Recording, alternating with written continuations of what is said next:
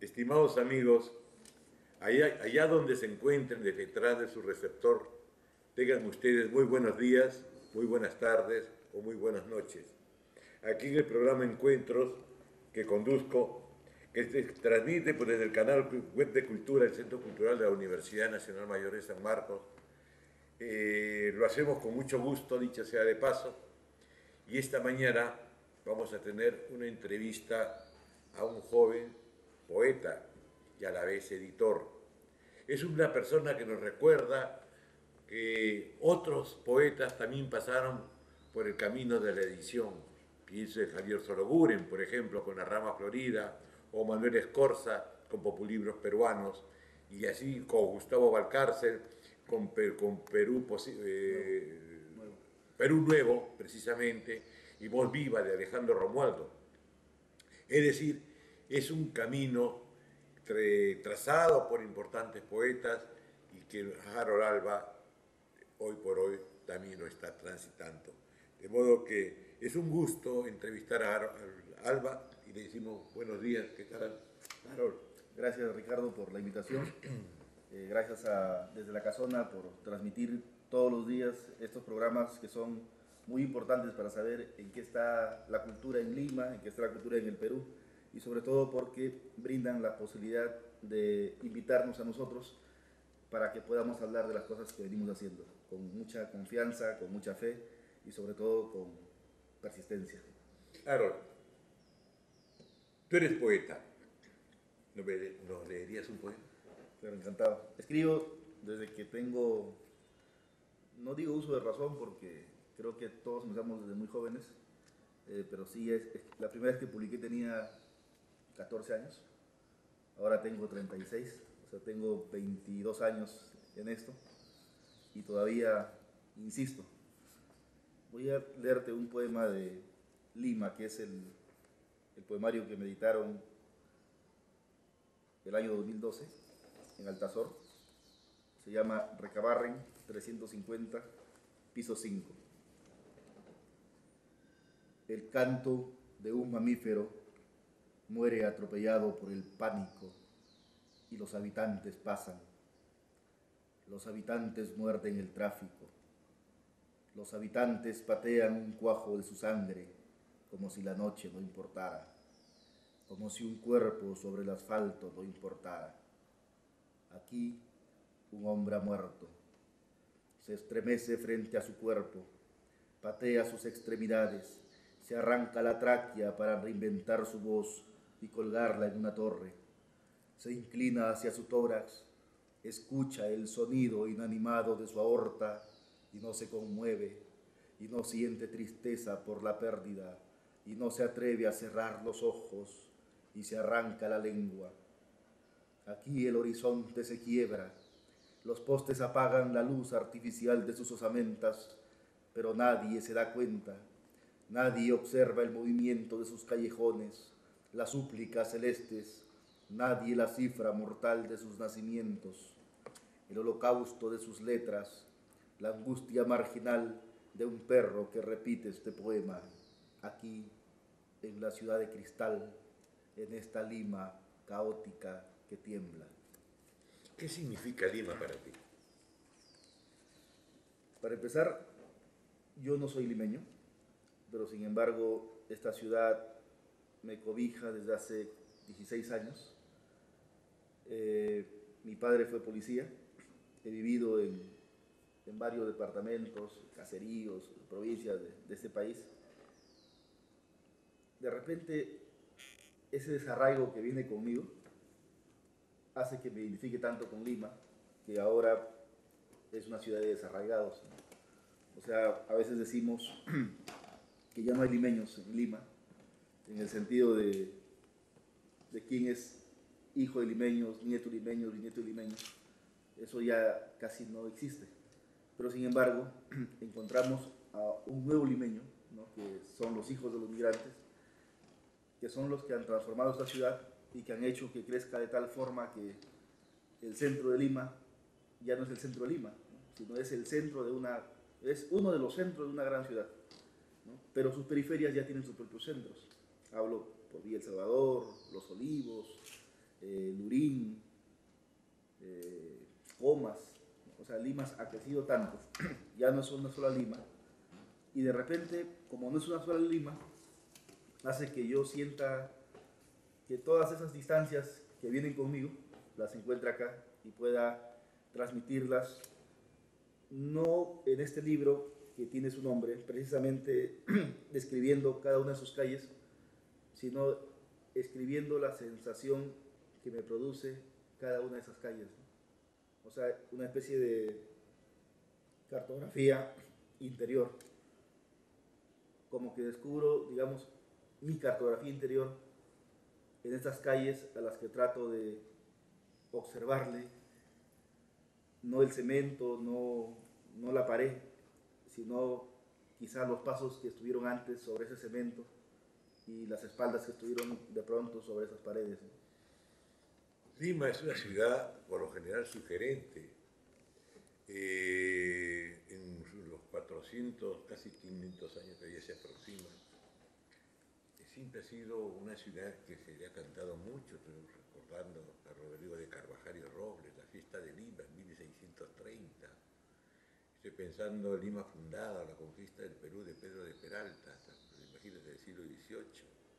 Estoy pensando también en Alonso Carrero de la Bandera, en el desarrollo de ciegos caminantes, y podemos seguir, pasar por Palma, por toda la generación romántica del siglo XIX, en fin, y llegamos al siglo XX que se le sigue escribiendo a Lima, y me acuerdo un hermoso poema y además donido de Mirko Lauer, también dedicado a la ciudad de Lima, ¿no? De modo que veo que tú continúas esa tradición, de tomar a Lima como el objeto, o en este caso la ciudad poetizada, ¿no? Y poetizable, ¿no? Y no solo Mirko, ¿no? O sea, Mirko en los 60 con Ciudad de Lima, también Tulio Mora, ¿no? En los 70 también escribe sobre Lima. En la década del 90, Carlos Oliva, que fundó el Grupo Neón, escribió un poemario, Lima o el largo camino de la desesperación. Y de ese mismo grupo, Ildefonso, Miguel, también tiene muchos poemas en los que el rima de las calles oscuras de Lima son los elementos que utiliza para su poesía, su escritura. Y curiosamente, Carlos era un poeta que vivía en el Rima. Miguel Ildefonso es un poeta hijo de inmigrantes. Tulio Mora es un migrante. Entonces, volvemos a lo que... Huancaíno. Huancaíno, ¿no? Volvemos a lo que te decía hace un momento, ¿no? O sea, sobre esta Lima de los nuevos limeños. Entonces, es una ciudad que sugiere mucho. Yo creo que mañana nosotros no vamos a estar y van a venir a seguir escribiéndole, ¿no? Como la encuentren, quizá más grande o tal vez destruida, pero igual van a seguir escribiéndole. Hay un poema de Bertolt Brecht dedicado a Lima, curiosamente, en el que escribe Bertolt Brecht: ¿en qué lugar vivieron los constructores que hicieron posible la adorada Lima? ¿No? Es un verso que sabes que siempre me ha llamado la atención. De repente vino Bertolt Brecht y nadie supo quién era, esos migrantes que venían por el siglo, por los años 20, por ahí estuvo por acá, como un ilustre desconocido, vino, no sé, o leyó en algún lugar, pero tenía esa visión. Hace muchos años conocí a un escritor español, Torrente Ballester, y tenía poemas dedicados al lago Titicaca. Y le pregunté si había estado en Puno. Me dijo que jamás. Entonces, ¿por qué había escrito al lago Titicaca? Entonces me dice, porque yo cuando iba a la casa de mi abuela veía unas acuarelas de la ciudad de Puno y siempre me llamó la atención, y además el nombre, lago Titicaca. Y bueno, cosas de ese tipo, ¿no? Antes de publicar, o sea, Lima en realidad, este libro es parte de un proyecto poético que se llama La épica del desastre. Son 4 libros, Lima es el primero. Pero antes de publicar Lima en 2012, yo no había publicado nada desde 9 años atrás.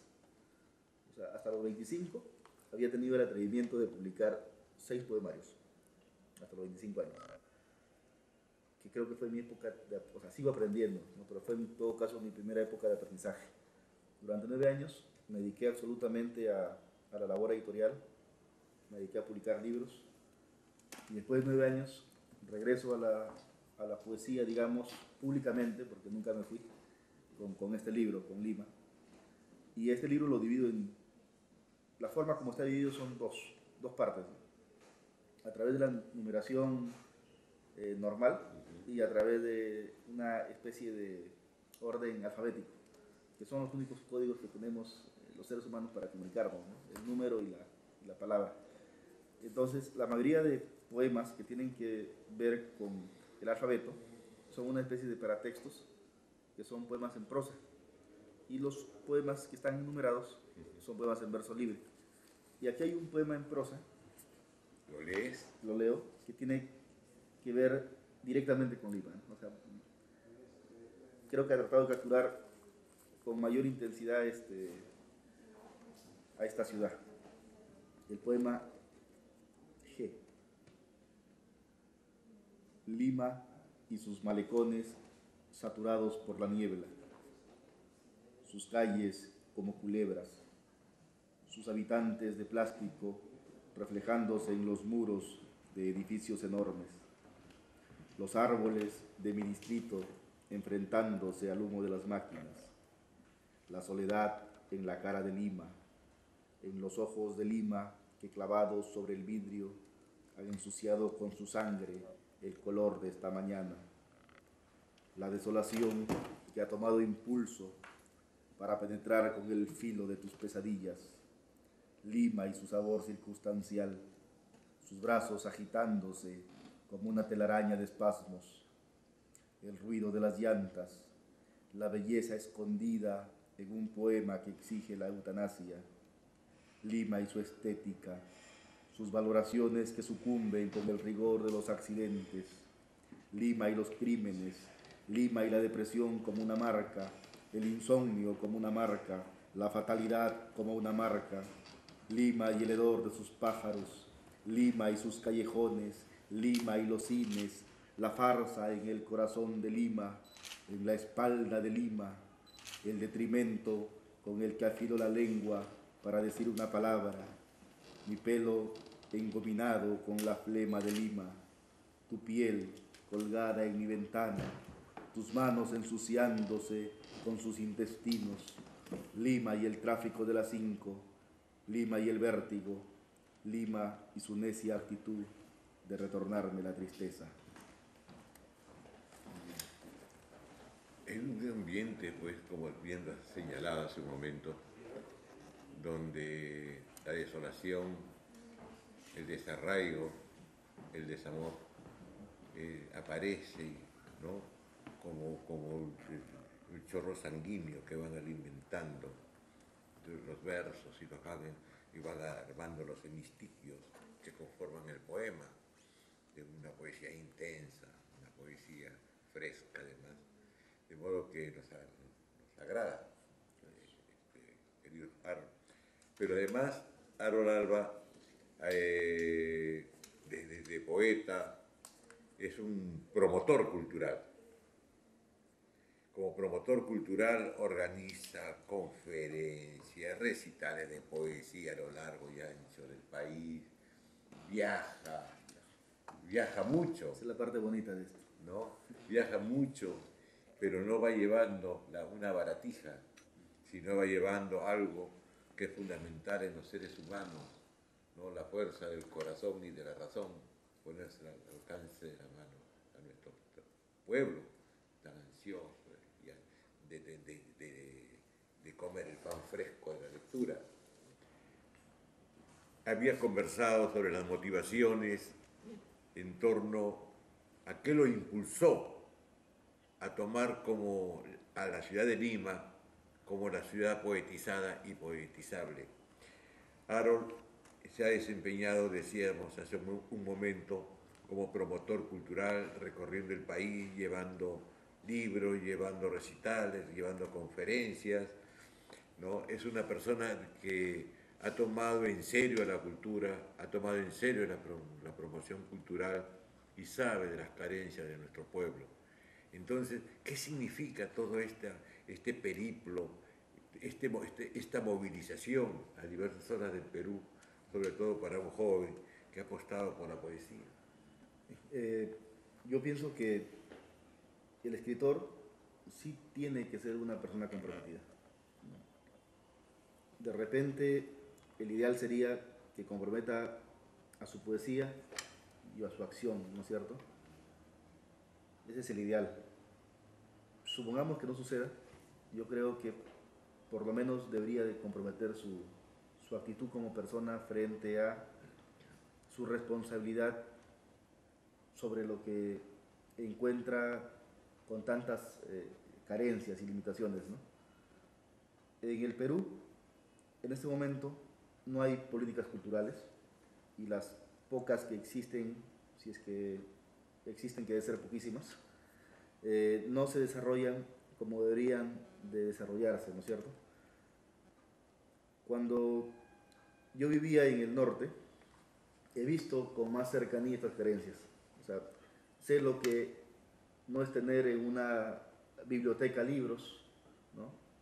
En Tumbes sé lo que es no poder leer, digamos, a los poetas anglosajones o a los franceses, ¿no? Y si es difícil leer esos libros que ya han sido publicados hace tantísimos años, más difícil es leer a los escritores de esas regiones.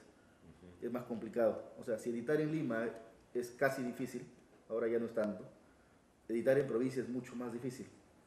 Y que los escritores que se desplazan en Lima visiten esas provincias a veces es casi imposible. Entonces, alguien tiene que hacer eso. Y yo no soy el único que lo hace. Así como yo, hay otros promotores que también realizan muy bien, creo yo, su tarea.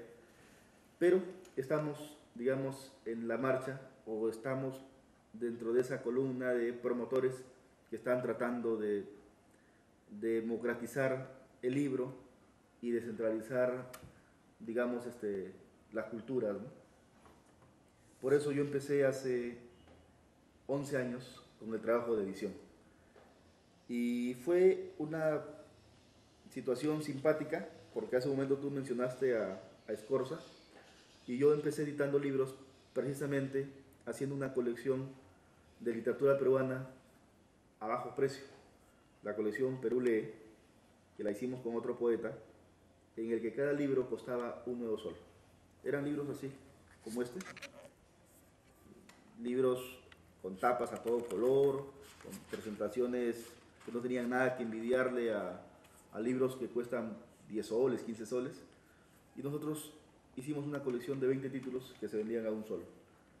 Lo contradictorio de esto, que debió ser una colección que debió tener el apoyo de las autoridades, de municipios o del gobierno, ocurrió todo lo contrario. Instalamos, gracias a que en aquel entonces, en 2003, era director de comercialización el doctor Gustavo Valcárcel, hijo del poeta, instalamos 2 ferias de libros acá en Lima, una en la Plaza San Martín y otra en la Alameda Chauca Granda, que en realidad el doctor Valcárcel se la jugó porque en ese entonces estaba prohibido instalar ferias dentro del centro histórico de Lima. Bueno, las instalamos. Le costó el puesto, ¿no? Al mes y medio lo despidieron al doctor Valcárcel y a nosotros nos votaron como si fuésemos ambulantes. Entonces nuestros libros de sol volvieron a los almacenes y casi a excepción de los Olivos, la Municipalidad de los Olivos y la Municipalidad de Trujillo y Chosica, solamente esos 3 distritos o 3 lugares nos dieron espacio en alguna plaza para poder vender estos libros a $1 solo. El resto ninguna. Me cansé de dejar cartas en Jesús María, en Barranco, que es el Distrito de la Cultura, en Miraflores, en todos los distritos que hay en Lima, en algunos de provincia, y no tuvimos respuesta de nadie, ¿no? Entonces, la colección sé que sigue saliendo. Yo ya no participo ahí porque empecé con un proyecto personal después. Y bueno, han pasado 11 años de eso, todavía con las mismas ganas, a pesar de la ausencia de apoyo, el entusiasmo sigue siendo el mismo. Y es más, el compromiso estoy seguro que ha crecido. y ahora he podido tener el privilegio de publicarle pues a escritores a quienes muchos de ellos yo leía cuando estaba en el colegio, ¿no? Le he editado a Arturo Corcuera, por ejemplo, ¿no? Le he editado a Jorge Nájar, El Alucinado, que es una novela escrita impecablemente y que la presentamos el año pasado cuando él estuvo acá. Jorge vive en París.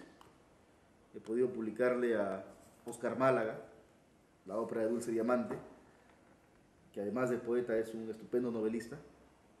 Oscar también es un trotamundos, ahora creo que está por Nueva Zelanda. He podido publicarle a Pedro Morillas, que esto no es novela ni cuento, es un libro de crítica social, País Combi, que es una especie de acopio de todos los defectos que tenemos los peruanos, como para que al momento de leer el libro nos indignemos y digamos, caray, yo no quiero seguir repitiendo esto, ¿no? Entonces, esto está aquí en País Combi, pero a la vez, como la idea es promover a escritores nuevos, también publico a narradores que tienen mucho talento y que estoy seguro van a dar mucho que hablar dentro de pronto. Uno de ellos es este joven antropólogo, Ronald Arquíñigo Vidal, Cada uno con su infierno, que es un libro de cuentos que ha sido además saludado por Pablo de Santis, el narrador argentino. Y esta es la última novela que acabamos de editar, La santificación de Natalio Ferreiros, de Iván Candela, que también estoy seguro que cuando la lean van a entusiasmar a más de uno. Entonces estamos en esta tarea. Ya tengo con suma 39 títulos publicados. Ahora estamos editándole el libro de cuentos a Gustavo Valcárcel, Cuentos de la Luna Roja. Le he publicado a Maruja y también a nuestros clásicos, ¿no? Arguedas, Guarmacuyay, que esta es una colección con estudios del profesor Dimas Arrieta, en el que aparece Arguedas, Valdelomar, César Vallejo. Se vienen libros de Oscar Wilde, ¿no? De Ciro Alegría, y la tarea empieza. Tenemos para rato todavía. Así veo. Me haces acordar a Balzac, no sé por qué, que hablaba del libro de Afranco. Ahora que decía, lo vendíamos a sol. Y se puede vender a sol. Y se puede vender a sol. Honoré de Balzac vendía, y él la idea de llevar la cultura, decía, al pueblo, aunque terminó ahorcado. Y bueno, hemos viajado con los libros a Barranca, a Chimbote, a Trujillo, a Ayacucho. Aparte de editar, tengo un festival que se llama Primera Poética, que se realiza todos los años. Este año es en septiembre, ¿no? Y vamos a editarle a un poeta de provincia que es muy bueno y que precisamente lo hemos elegido a él porque es una de esas voces importantes que acá se desconocen, ¿no? Que es Alberto Larcón. Vamos a editarle su obra poética completa, que son más de 400 páginas, y ojalá que sirva para acercarlo a esta Lima que ya no es el Perú, ¿no? Harold, me decías que habías nacido en Trujillo. No, en Piura. En Piura. ¿Y en Trujillo qué pasó? Nací en Piura, en un distrito que se llama El Alto. Ya, que queda sí 5 minutos de Puntemero, el lugar donde iba a pescar a Hemingway, ¿no? Sí, sí. Ahí hay un famoso merlín. Y mi padre era policía.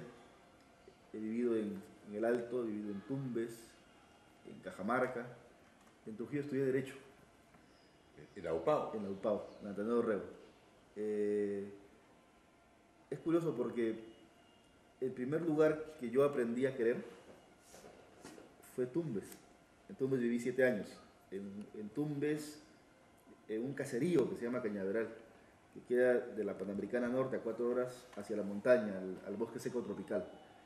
Entonces, cuando me... Qué bonita experiencia del bosque seco tropical. Caminar 7 años sin zapatos, comiendo con leña. Destrozando los algarrobos. Bosque seco tropical. Claro, algarrobo, hualtacos, charanes. Viviendo casi silvestremente, ¿no? 7 años. En realidad yo creo que si escribo es gracias a esa experiencia. Viví ahí desde los 9 años hasta los 16. Acabé el colegio y fui a Trujillo a estudiar Derecho. en Antenor Rego. Yo digo siempre, ¿no? Mi corazón es de Tumbes, ¿no? Ahí aprendí a querer las cosas que hasta ahora hago, ¿no? Mi cultura es trujillana, porque yo me formé en Trujillo y la mayoría de cosas que conozco empecé a tenerlas allí en Trujillo. Y Lima tiene pues ahora los años que tengo acá, ¿no? Son 16. Eres interprovincial, Interprovincial. ¿no? Con recorrido, en fin. Ahora, lo curioso es que cuando publican antologías de Tumbes o de Trujillo, me ponen antologías de Tumbes, en antologías de Trujillo, en antologías de Piura, ¿no? Porque yo soy de Piura. Entonces ahí aparezco en varias antologías regionales que no son precisamente de los lugares donde yo he nacido, ¿no? Pero acá a mí me llena de satisfacción y me enaltece como persona, ¿no? ¿Te acuerdas del colegio o los muchos colegios, Claro. al parecer? ¿Qué experiencias te dejaron? También era curioso porque cada vez que empezaba a tener amigos, a mi papá lo cambiaba. Entonces, por ejemplo, en Trujillo estudié primero y segundo grado de primaria en un colegio que en aquel entonces era mixto, ahora es de mujeres, que es el Dante Alighieri. Hay una anécdota curiosa. Yo aprendí a escribir y a leer a los 4 años. Mi papá me enseñó a escribir, a leer y a dibujar. Entonces, a los 4 años vivía en Los Órganos y me matricularon en la escuela. Pero yo supongo que a esa edad pues un niño no es capaz de someterse a la disciplina de la escuela. Entonces yo dejé la escuela. Y me matriculan después en Trujillo, a los 6, en el Dante Alighieri, pero tampoco me gustaba la disciplina de la escuela. Entonces recuerdo que el padre Adorni, que era el director de ese colegio, me agarró a correazos. Me dio 2 correazos y me puso pues en vereda, como Era se un dice. sádico. Sí, ¿no? Y yo llorando, bueno, llaman a mi papá casi le pega al cura. En realidad no sé por qué no le pegó, porque mi papá tiene unos arranques a veces muy de león que defiende a su cachorro, ¿no? Pero bueno, pero esa experiencia me sirvió para que yo aprenda a mirar de otra forma también a la escuela, ¿no? Y terminé en primer puesto, hasta que acabé el colegio. Esto era a rincón quita calzón. No, sí, en mi caso sirvió no es lo ideal, pero en mi caso sí, La letra con sangre entra. en mi caso sirvió esa única anécdota, ¿no? Después ya nunca más ha sucedido. Y bueno, estudié en el Dante Alighieri, después estudié en una escuela. Hiciste con Dante tu temporada en el infierno. Hice con Dante mi temporada, mi ingreso. Tu ingreso. Mi ingreso. Para seguir a Rambó. Sí. Después a mi padre lo cambiaron a Cascas, que era un distrito de Contumasá que pertenecía a Cajamarca. Habían 2 escuelas, una la 103 y la 107. La 103 era donde estaban los hijitos de mamá, digámoslo así. Y en la 107 donde estaban los más desarraigados, ¿no? Y mi papá, por esas locuras que tenía, pudo ponernos en el 103, porque las 2 eran nacionales, pero nos puso en la 107. Entonces estudié ahí en la 107, ¿no? Que era la Escuela Primaria de Menores 82539. Después lo cambiaron a Tumbes, nos matricularon en el Flor Boulanger Peña, que era una escuela en Cañaveral. Que hay una anécdota simpática también allí porque yo estudié ahí el 5º y el 6º de primaria y era curioso porque era una escuela en un caserío, ¿no? O sea, donde no había luz eléctrica, no había agua potable. Entonces los alumnos de 4º, 5º y 6º estudiábamos en una misma sala. Yo no sé cómo se las ingeniaba el profesor, pero eran aulas para 3 salones, ¿no? Pero bueno, ahí acabé la primaria. 2 años después yo pintaba y le hice el mural a la escuela. Cuando tenía 13 años, pinté el mural de la escuela, del Floro Boulanger Peña y la pintura de Floro. Toda una pared gigante que la gente pasaba y se reía porque yo era pequeño y me veían con los pinceles. Hasta ahora sigue ese mural ahí en Cañaveral. Después estudié secundaria en Tumbes, en Sarumía, en un colegio José Carlos Mariátegui.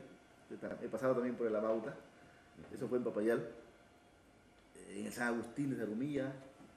Volví finalmente a Cañaveral, donde acabé el colegio, en el Ciro Alegría, que también pinté con el profesor Santiago Medina, que era mi profesor de literatura. Pintamos juntos el mural del colegio, pintamos a Ciro Alegría, y con unas frases ahí simpáticas del narrador. Y es otra de las experiencias, digamos, que la literatura me ha otorgado generosamente, ¿no? Ahora conozco a Dora Varona, a su viuda, y tengo posibilidad incluso de editarle algunos libros. Entonces yo sí podría afirmar que a pesar de las piedras y de todas las cosas que han podido suceder, como creo que existen en todas las áreas, me siento contento con lo que estoy haciendo. No gano dinero, pero gano cosas que son más importantes que eso que finalmente se acaba, ¿no? Se termina. Y soy feliz haciéndolo. Y creo que no he hecho todavía todo lo que tengo que hacer, ¿no? O sea, no hay techo todavía, y persisto, sin dejar, por supuesto, nunca de... Harold, esta experiencia vital ha dejado también otras huellas, ¿no? Otras huellas que no solo se cierran en el espacio de pareja, sino también ahí veo que hay un espacio familiar intenso. Has manifestado en el transcurso de la conversación la fortaleza de tu padre y lo calificabas como un león protegiendo a sus cachorros. ¿Qué significó para tu padre? Bueno, mi padre es, ¿no? Todavía el héroe que de repente yo jamás llegué a ser, pero al que quisiera por lo menos acercarme. Falleció en 2009 y nos dejó, además de la educación, una herencia que pienso que es más fuerte, ¿no? Nos enseñó a comprometernos. Él era policía, pero era un policía que siempre opinaba de política, ¿no? Por ejemplo, a pesar de que en aquel entonces no votaba, pero siempre estaba allí, como presidente de APAFA, como director de la Junta Vecinal. Jamás postuló a ningún cargo porque no podía, era policía, pero siempre estuvo ahí, era, digamos, el personaje honorable a quien iban a hacerle las consultas. Entonces yo crecí mirando eso. Y mi madre, en realidad, pues era también el gran impulso. Y ellos son otra historia aparte, además. Mi papá era policía, mormón, sacerdote de la iglesia mormona, daba sus charlas todos los domingos en la estaca, de todos los lugares donde hemos vivido. Y mi madre había sido monja. Mi madre fue monja, 10 años de convento. Se conocieron en el año 70 en el terremoto Yungay, corriendo para salvar sus vidas hacia el cerro. Porque primero vino el temblor, corrieron casi 90 personas hacia el cerro. Entre esos 90 estaba mi mamá, que era la monjita, y mi papá, que era el policía, ayudando a la monjita a que no se caiga. Y después vieron cómo el aluvión desaparecía a todo Yungay. Así se conocieron. Mi madre no le hacía caso porque era monja. Mi papá tardó 6 años enamorándola, persiguiéndola a Lima, a Piura, donde la enviaban a mi madre. Mi papá pedía su cambio, hasta que finalmente la convenció y los casó el cardenal Andázuri. O sea que fue un amor aluvional. Fue un amor aluvional. El último amor de mi padre también, porque mi papá, como buen policía, tuvo muchos amores, y nosotros somos 14 albas. 14 o sea, mi papá tuvo 14 hijos. Nosotros somos los últimos 5. O sea que un eterno despertar del alba. Sí. Ha sido tu vida, ¿no? Creyó lo de que tenía que poblar el mundo de repente. Tengo hermanos en París, en Barcelona, en Chile, en Trujillo. Bueno, y acá somos 5 albas en Lima. Las 5 albas de Lima. Y en esta experiencia familiar obviamente deja huellas en el alma. Y seguramente tu poesía también ha respondido a esta experiencia. ¿Tienes algún poema que toque esta experiencia? Tengo un poema que le escribí a mi padre cuando estaba enfermo en el hospital de policía. ahí tengo una deuda pendiente, ¿no? Porque he escrito poca, creo que no estoy todavía a la altura para escribirle a mi madre o a mi padre, y todavía no he escrito, digamos, algo para ellos, ¿no? O algo de pronto que ellos merezcan. Estuve escribiendo una novela que se llama La nostalgia del zorro plateado, que es sobre mi papá, pero la empecé a escribir cuando mi padre estaba vivo. Cuando mi papá falleció, no me acercaba al teclado y no podía continuarla, ¿no? No he vuelto a intentar acercarme tenía ya algo de 80 páginas escritas, pero supongo que en algún momento estaré preparado para continuarla, ¿no? y ver cómo termina. Te leo este, ¿eh? Se llama Hospital de Policía, es el poema número 9. Las luces rompen el cristal con la velocidad del filo de una cuchilla. Esa lengua de ácido que lame los huesos, que salpica su saliva como perdigones que retornan a los ojos para destrozar la imagen repetida en esta sala, en este piso de enfermos donde los médicos levitan al acecho de calaveras y medicamentos. Nadie conoce el drama de estos hombres. Nadie la sangre que circula por las llaves que ingresan a sus cuerpos.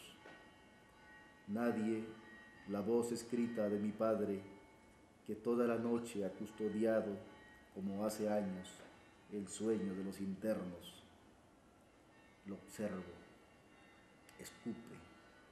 Las hélices se mueven como pájaros detenidos en el techo. Mi padre perdió la voz, tuvo un cáncer a su laringe. Cuando digo la voz escrita de mi padre, me refiero a que mi papá, toda su comunicación en los últimos meses de su vida fue a través de la escritura, ¿no? De cartas. Y a todos nos dejó una carta dándonos una tarea, a todos los hijos. Y eso lo guardas como un precioso tesoro, claro, seguramente. Claro que sí. Viene la experiencia familiar, el primer beso a Eva, los colegios interprovinciales, ¿no? La experiencia editorial, la experiencia de estudiante, la experiencia de poeta, en fin, hay una experiencia múltiple, rica y enriquecedora, de tal manera que eso es lo que hemos querido conversar de Harold Alba, mostrarles a todas las personas que nos están sintonizando a la nueva poesía del Perú, cómo la juventud peruana construye el día a día con su inteligencia y con su talento.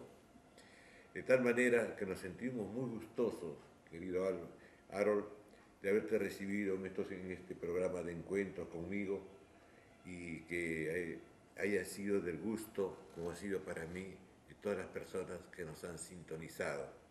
Para todos los amigos que han sintonizado encuentros que transmite el Centro Cultural de la Universidad Nacional Mayor de San Marcos, su dirección de cine y producción audiovisual que conduce Mario José Scott. Le decimos buenos días, buenas tardes o buenas noches y será hasta otra oportunidad. Gracias, Mario.